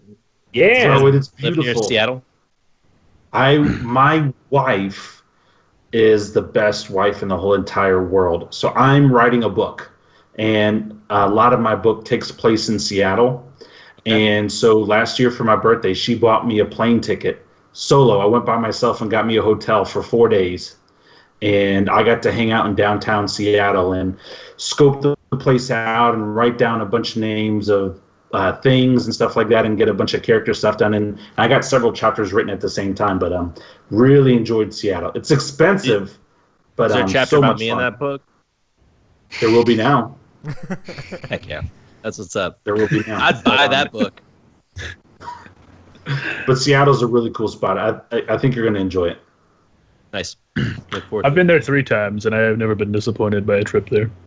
it. Ooh, what do I need to go It's check a lot out? of fun. I don't know. I eat a lot, so That's it really good. just I like depends to on what you would like to eat, I suppose. The I would best. definitely say the Don't eat marketplace. best. Definitely Marketplace? go to Pike's Place. Okay.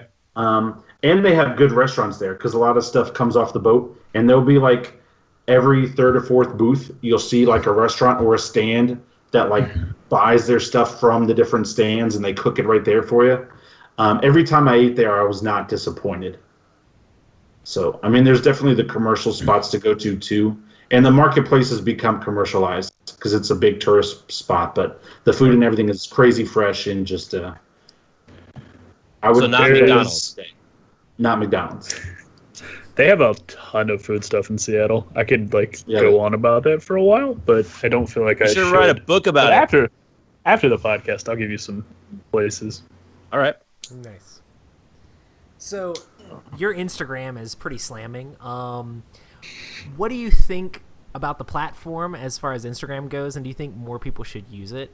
Because I know board gaming is starting to get bigger on Instagram. Right. So we've been trying to like push that super hard on like Instagram for Epic Gaming Night and all that stuff. Right. I think it's a great platform. The trickiest part about it, which is it's good for you all, but it's tricky for brands, right, is lack of clickability. Yeah. So like a blog or some other sites that are going to have direct click, you lose that. So that kind of sucks. But I mean, especially with the newest feature, I know there's some slack about it when it first released, like with the stories. But to be honest, I feel like a lot of my friends that I know of like kind of stopped doing as much on Snapchat. I mean, they took a big chunk, I feel like, out of that platform going into Instagram. So I think it's a great platform. I didn't go into it necessarily with any motive of it being whatever it is. I still really like Twitter too because I like talking with people. Right. But I find I'm not a Facebook fan. Twitter sometimes it's kind of hard to go through. I'm really busy now, much more busy than I was previously. So I've not been able to pay attention much to the effects of like the new algorithm stuff on Instagram, but I know it exists. And so I know a lot of people don't get to see the content they want to see. And for that sucks. But I love it. I mean, I'm a visual person. I think a lot of other people are too. I think in gaming, a lot of people are visual, right? So seeing what games you're playing, being able to interact with people too. But to be honest, there's different crowds. There's some people that will read all the text and, about your gaming experience. And some people just like, oh, a picture, I either like it or I don't, move on. Yeah. I just love seeing board games and like seeing like even like all the coffee pictures. Like, oh man, check out all the cool stuff. So yeah, it's definitely cool to see things visually. And it's been fun for me just because I'm not a photographer. I just like taking pictures. I mean, way back in the day, I mean, the pictures were horrible, right? But I've just been kind of feeling my way through, right, how to frame things in a particular way, and it allows me to do that. So, and I mean, you made enough mistakes where you've got at least somewhat enough idea of what works. So, I mean, right. Yeah. I like it. I like pictures. Yeah. Picture books. I like picture books. I just bought a recent picture book. That's awesome. So you might have answered this a little bit already, but if you were to get back into the board game industry, what position or company would you like to work for? Be honest, Brian. I did not answer this. Well, I was just Brian, thinking be about board honest. game cafe type stuff, but Oh, got it. No, to be honest, so I did mention this a little bit, but I really enjoy talking with people. I enjoy meeting with people. So for me, working the shows was probably my favorite time when working in the gaming industry. Being able to meet people who work at the various companies, being able to see what's going on with the booths, being able to just see people excited about gaming, being able to play after hours, going out to eat, everything about it Like it just gets me floored. And so I feel like I'd want to be back with a company doing that stuff. To be honest, and I said this too, but a big factor in us moving and having to leave Plaid Hat was just locationally. Plaid Hat had made the move and was staying in Dallas, and we needed to not be there. So I mean, I did, and I still do really like what Plaid Hat does and puts out. If there was ever room to like go back to doing that, but here where we're trying to settle more permanently, then that's something I would do. And I mean, travel is something that I do currently with Quills, so it's not like that would be a problem for doing shows in a board game company either. I'm trying to remember other companies that I really enjoy doing things with. I really liked Lynn, who was the contact at F2Z or Z-Man. I don't, again, since the news about the other merger happened like Asmodee, 2 days after I left. That's So I didn't know any of that stuff. So, but I really like working with Lynn. So, like whatever she would be doing in gaming, I mean, I like working with her. The only downside to that is she could do everything that I could do because we do very similar roles. And I was actually really interested in, is it Elstra Games that does Catacombs and what's the newest game they were putting out? Catacombs. So do you guys know what I'm talking about? Hold on. I know what Catacombs is, but I don't. Yeah, I know what Catacombs is. But so them, but they're even a smaller version. I tell you who I thought would be great, but I don't know if they have any U.S. presence. Portal Games. Oh, yeah. Or Awesome.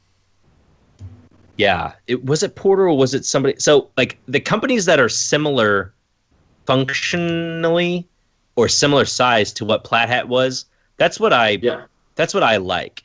I want people who it's not too systematic to where I couldn't do what I like to do. Okay, And you like that human touch and human approach, have to have not it. that big company where they're a number. have to do it. It's like Yeah. You're the mom and pop store. You're not Walmart. Right. I don't know that I could do anything else. So any game company like that. I mean, Portal, to be honestly, they're doing a lot of great stuff. Yeah. So I think that could be, anything like that. So, but at the same time, I kind of was thinking to myself too, and I didn't realize this for a long time, but there are people who just work freelance and do communications or marketing, social media, brand recognition, all that kind of stuff. They just have accounts, right?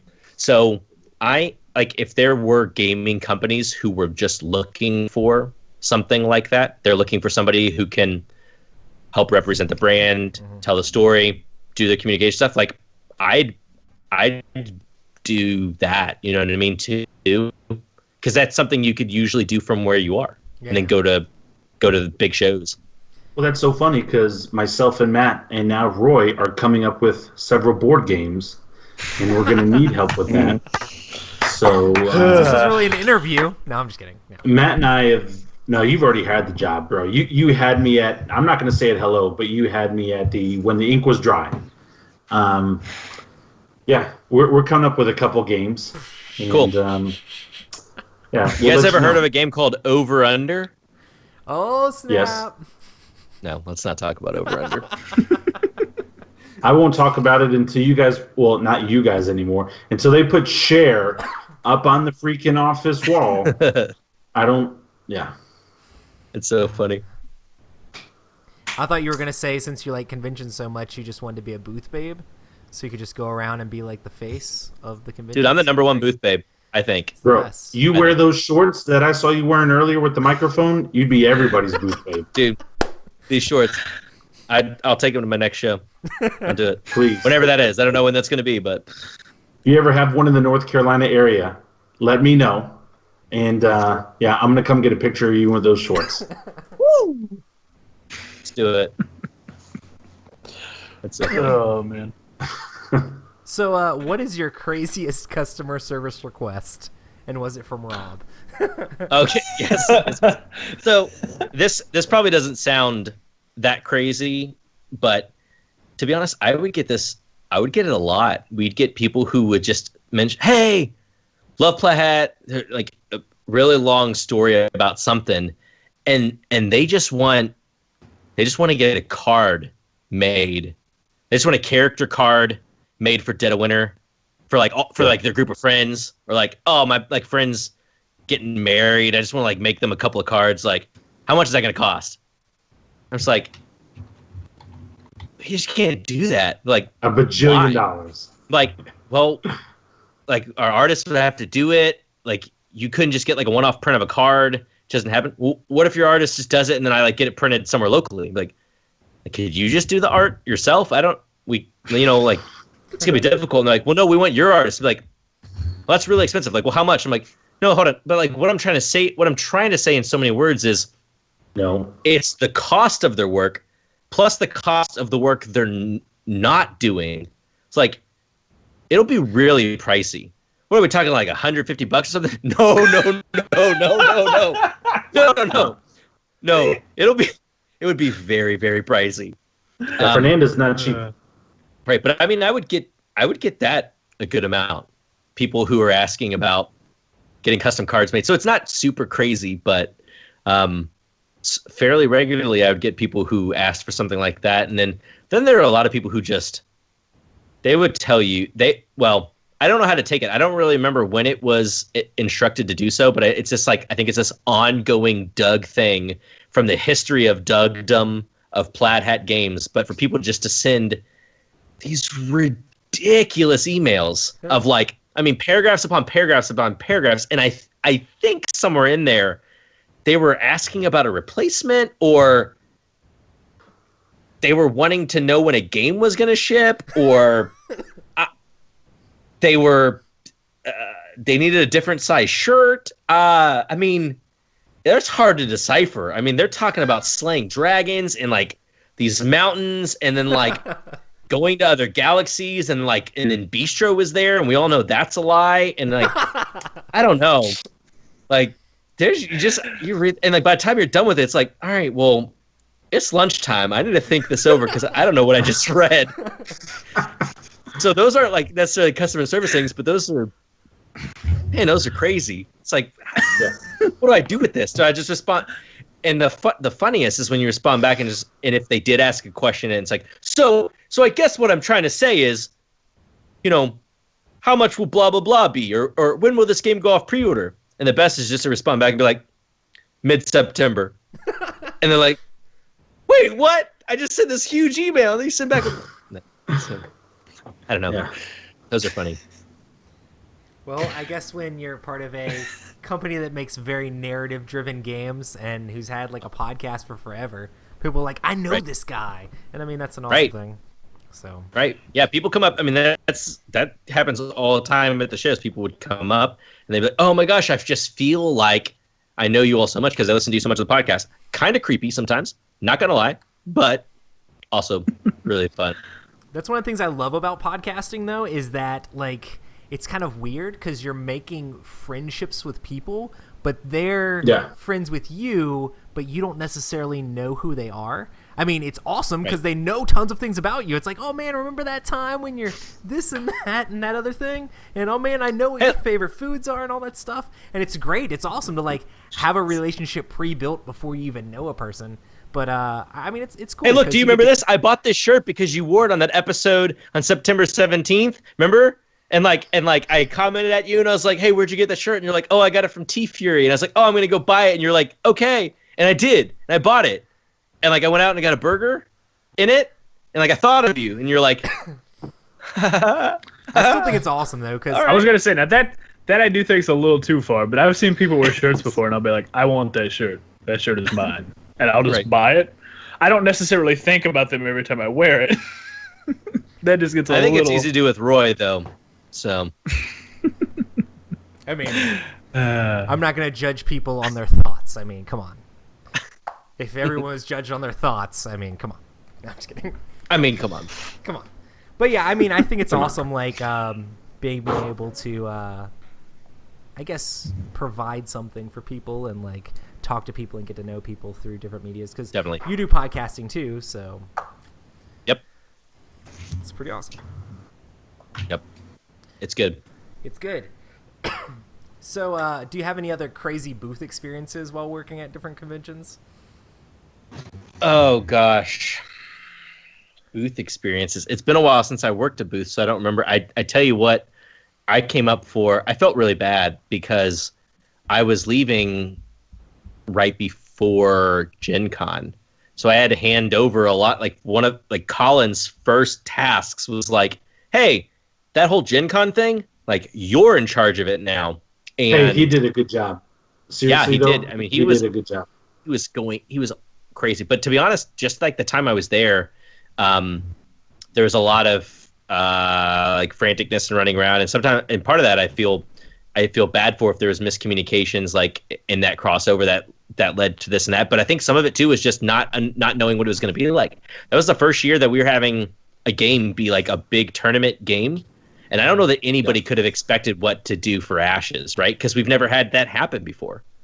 And it was crazy. To be honest, too, maybe this is what I'll talk about, too, just in regards to booth experiences, because this is insightful, I think, for you guys. I think I talked about it on one of the Plaid Hat podcasts, too. But when we were trying to book for Gen Con, the guy that we had to go through events for, we were like, oh, we want a 64-player tournament. And he's like, there's no way. Ashes is way too new.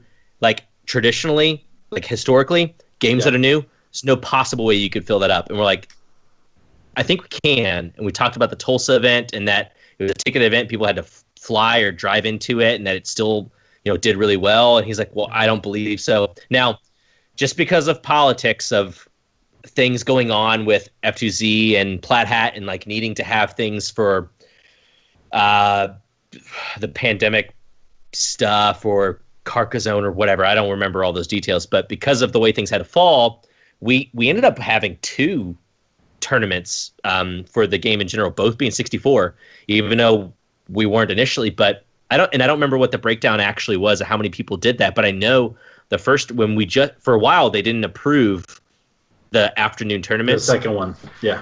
And the first tournament, I think, sold out in like 2 days. 64 seats. And we still had another tournament that was going to go live, and that was. I say it's crazy only because, like, that's really good for the Game of Ashes. Is really telling for the Game of Ashes, and it was just cool because they were like it's not going to happen. Other crazy experiences though. I mean, trying to meet Will Wheaton at one of the shows. I remember he came up to the Plaid Hat booth. This 2 years ago. Came up to the Plaid Hat booth to get. I don't know if it was Dead of Winter. What games did he do on tabletop? He was looking at. I remember he did a him winter coming up to the booth. No, but they were also. Kobe was showing him Tail Feathers. Tail Feathers hadn't come out yet, but he was showing him the prototypes for Tail Feathers. Because I was actually at the booth at the same time. It was towards like the end of the show. Him and his wife were there. Dude's short. But it was Dead of Winter, but it was also Tail Feathers. Right. And he was coming up. He's like talking to everybody, and I'm like, oh, cool. I should like go up and get a picture with him. And I didn't. He started walking away. He's like, cool. I'll just like go up and get a picture with him. And I was walking, and so I went up and I was like, hey, can I get a picture with you? Didn't look at me. He just was like, as if I was behind him. He was like, and his hands were behind his back. He's just like looking at games. He's like, I'm sorry, I can't take a picture with you. If I take a picture with you, I have to take a picture with everybody. And continued to walk on. And I was just like, hey, you're a dick, Will. You said that? That's what I was thinking. No, that's what I was thinking. Please say that. I should have said it. But I'm not going to be there in a year and a half anyway. I understand. I understand. Take but, off the plaid hat and then just put it in the pocket. I was just like, but you just got one of our games, and you were just at the booth. And this last Gen Con, just because of the rooming situation. So I was going up, and I only ended up managing to go for one night, but Elizabeth, who was doing the event coordination for F2Z, I asked her if there was a room for me. She's like, yeah, I have you in a room with Matt Leacock. So I shared a room with Matt Leacock. That's not a booth experience story, but that was really funny. I was like, oh, cool. I remember going in there. But did y'all spoon? That was the real question. No, but I was out really late just doing games and stuff, and I remember he was already in bed. Have you guys talked with Matt Leacock? Has he been on the show or anything? We haven't had Matt on the show. yet. We've had Rob on the show though. Okay. I just remember coming in. It's late. It's like 3, 4 o'clock. I don't remember what time it was. I remember like coming in. It's like I kept all the lights off. I remember like getting in bed, and you just hear him like rustle. And he like sits up. He's like, "Oh, hey Brian, how's it going?"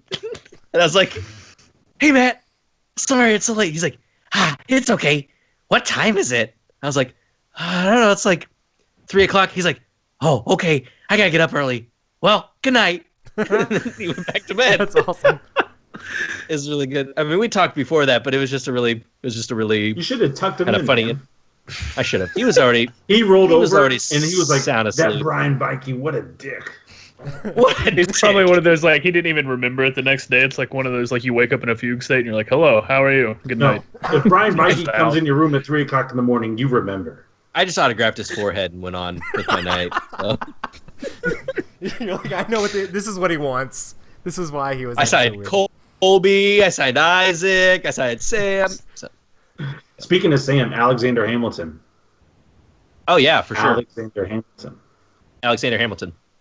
I really wanted to go when we were in New York, but obviously tickets are $700. There's no possible way I could go. Yeah. No. So. Yeah, you got me on that. To it on Amazon. Sorry about that. I think Alex is the one who got me on that. I didn't listen to it for a while. It's like, have you listened to Alexander Hamilton? Sorry, it's not Alexander Hamilton. It's just Hamilton. Just Hamilton. Hey, have you listened to Hamilton?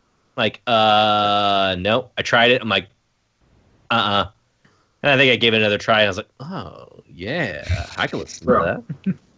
Bro. Just their main song, the intro song where... Anyway, good stuff. Yeah, it's not a big deal. I just cry every time I listen to it. It's not a big deal. You guys do that too, right? No? Yes, bro. Music gets me so emotional and pissed off sometimes. Like, there are certain songs that I'll listen to on repeat like 100 times, and if my wife comes and talks to me afterwards, I'm like, "Leave me alone! I hate you! You don't understand." I got an idea. Let's go to Seattle together and drink coffee and cry about Hamilton. Bro. Sounds awesome. If you were not joking, what a dream. I would be there. If you were not joking, I would be there. What a dream. Seriously, though, I would be there. You can come in at any hour you wanted to. Oh, my gosh. So funny. That's awesome. So just get a big bed. I'll lay sideways between the two of you. To make make sure it feels like home. Just Matt, you That's being your size, home, you're right? not allowed to fit or stick anything inside of me. I mean, I won't. I won't. I'm a little too large for that. I'm not going to be able to fit a hand or a foot in there. That's okay. Oh, That's man, preferable. Seriously, one day she had her whole foot up there, and I woke up thinking, like, what bothered me the most about it, though, is I didn't wake up during the process. Like, it's like I was cool with it happening. I just woke up with it already being done. Like, Oh my gosh. man. Killing me. And my wife can attest to that. Next time you see her, Roy, ask her. Because I woke up and I was bring like, it up, Roy. "Is her foot Bring it really up, up my Roy." butt?" So, That won't be weird. So I hear some things about your child. Wait, what? That's so awkward. She's daddy's princess, though. Oh my gosh. That's what's weird. It's like, So Brian, I just slept through it. what is your favorite all-time tabletop game? Am I still allowed to say Summoner Wars? Yeah, I Still mean, allowed it's to do really that? cool. Is that a dude? It's the best. I love that game. Now I'm not gonna lie. I've kind of fallen away from it a little bit because there's some newer. I don't want to say newer folks, but there's some like really aggro players that have gotten on the Plaid Hat forums, and I just don't buy a lot of the stuff that they live and play by. And I mean, we had talked about coming up with an alternative rule set for tournament play, like a competitive rule set to try and kind of tighten that up a little bit. It didn't end up happening. It takes a lot of time to do something like that. And there's just there's like now there's just threads upon threads of like, what would you change? How would you unbalance this? We got to sign this petition to get Plaid Hat to like change this. We should have rotted this. How much could it cost to get a single card printed? How much could it cost to get like 45 cards printed of all these changes and stuff? Right? And I love playing the game. I like playing the game as it is. Yeah, I like playing the game with people who still play like competitively, just not hyper competitively. There's nothing wrong with that if that's the type of play style that you have, because I understand for some people the fun is when you're playing at that absolute level. Just not me. And so like I've played in tournaments. I've done well in tournaments for Summoner Wars 2, and when I've noticed like at Gen Con and stuff, a lot of people don't do some of those tactics. But with the iOS and the meta that was there, and with people who kind of play online, they do get into some of these things, and so they're a lot more apparent. And that I just kind of stay away from the forum. It's not enriching to the game. It just kind of drags me down. I feel like I'm uninterested. It happens a lot with like super competitive games. That was like one of the reasons why I like playing Magic. It's like, oh my gosh, like that environment's so toxic. Like I had a few people I could play with and have fun, but then when I'd play at tournaments, like everyone else was just terrible. Like people raging when you beat them and getting mad and like craziness. It's one of the reasons I've not watched this yet. Oh, sorry. It's one of the reasons also why I had to like I played like 2 games of like Warhammer 40K and then just quit, because that entire community is like uber competitive and like all about winning and like doing the crazy like way better stuff and making fun of your team. You're like if you were playing Summoner Wars with somebody and somebody's like, oh, you're playing with that unit in your deck? Well, obviously this unit's superior or whatever. Like, why would you play with that? Right. I'm like, dude, I'm just trying to play a game and have fun. Like, can we? I also like to do a lot of table talk whenever I play games. So when I'd play in tournaments, I'd be like, oh, hey, man, how's it going? And, like, they'd be beating me or whatever. And be like, oh, man, this is great. I hope you don't do this right now. And they do something like that and, like, wipe my board or whatever. And I'm like, oh, good game. And they're, like, just glaring at me while I'm playing the game with them. I'm like, well, that was a great experience. Yeah, why don't you find me a worthy opponent? Why don't you go find me a worthy opponent to play, you numbskull? None of this fun stuff. This is bullcrap. Right. Oh, my gosh. There's something I was going to say and I forgot it. Womp. We do. It's all good. But yeah, Summoner Wars. Great game. Especially on the casual level. Especially on the casual level. Man, shoot, there was something I was going to say about some dumb game. It doesn't matter. Some dumb game. This one. Awesome. Well, we've been on here for quite a while. Is there anything else you would like to talk about or promote? No. I mean, I feel like I have to take the opportunity to talk about Quill's coffee if people want to buy coffee, but that's about it. It's been pretty fun gig for people who like coffee. It's good, so you would obviously like it. Go buy coffee. Are you still doing your coffee podcast thing? Yeah, that's one thing that's been interesting about just time-wise, and about doing something. I don't know if you guys ever get this or not, because I don't know if you guys have sponsors or anything like that, but you get into something like this and sometimes life stuff just happens, and so you can't make a show, you can't do this. With the podcast, the coffee podcast that I do with my co-host Brian, it's just usually the two of us, and then we'll get a guest on. And we've been trying to line up some specific episodes, so the guests haven't lined up. And then I've been out of town, Brian's been out of town, I've been out of town, Brian's been out of town. And so we've just been in a little bit of a gap. And where my wife and I are currently trying to close on a house. So living situation since coming back from Dallas has been kind of... so it will get better. But yep, we still do that. So it's a podcast called I Brew My Own Coffee. For anybody who is interested in kind of learning about nerdy coffee crap at home, it's a good place to check. But yeah, other than that, I'd like to plug Epic Gaming Night podcast, because apparently there's only like, what'd you say, 2 people from where who listen? Like Saudi Arabia? Is that what you said? We have one person in Greece. We're banned in Saudi Arabia. There we go. We're banned in Saudi Arabia. We've got a decent amount of people. Oh man, We've got people all over the globe. We're doing all right. It's pretty fun. Right. Pretty fun. So I probably wouldn't do my due diligence of Coffee Talk if I didn't mention though, but via Cool's Coffee, we have subscriptions, which is nice because you can order coffee and we could just continuously send it to you. So I feel like that's always good for people who, if they do drink coffee a lot, to sign up for that. Then I could send love letters to you on your coffee bags at a frequency of your choosing. That's awesome. But it's okay. But hey, I'm so excited for my coffee bag to come in. Dude, here's the deal though. If somehow any of your listeners did order coffee and I did not know who they are, I would have no way to send them a personalized note or extra Summoner Wars promo cards or extra Ashes promo cards. So you'd have to leave it in the comments or you'd have to email me and say, just hey, dude, in the comments, put Brian, do what you do. Right, Brian, do what you do. And I'd probably email you back and be like, what do you want me to do? What would you like me to do for you, please? Yeah.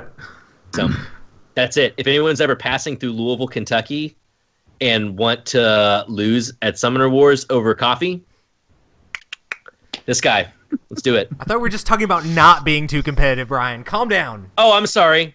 It just happened. He's uber competitive. He doesn't want to be uber competitive. He just wants to win.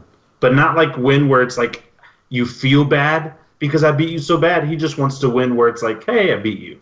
Hey, I'll let you pick the faction that I have to play. So And then I we'll show don't you care. how I it's just played. like playing the Mountain Vargoth. They're just my favorite. I feel like I resonate the most with them.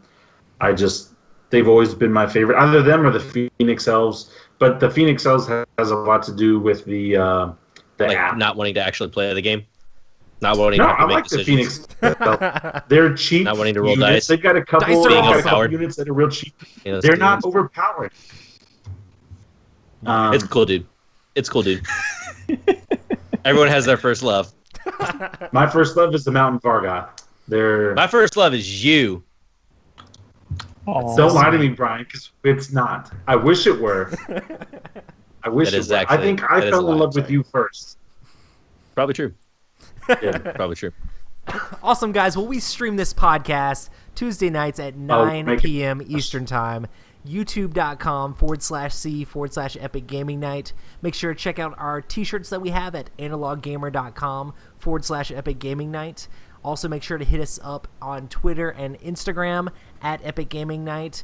Thanks, Brian, so much for coming on the show. Where can they find you, sir? So I am on Instagram most often at Abandon Coffee, but I also talk a lot on Twitter, and it's at BBEYKE. That's Beyke. Nice. Thanks so much, guys. It has been a blast. We'll see you guys next time. Get a cup of Kopi Luwak on Brian. Don't. If you look at a Is that picture the of it, poop this looks coffee? like a chocolate bar. Yeah. Peace. Peace. Everyone's Oh, we didn't do too much. frozen on my. Oh, I have to shut up. That's good. That was weird. Your hand was like frozen up. Live long and prosper, something, I don't know. Anyway, we're still currently streaming. Thanks for anybody who's watching this on YouTube. You guys are awesome, and we will see you guys around. Make sure to subscribe to the YouTube channel, and we'll hit you guys up later. Peace. This is where we talk.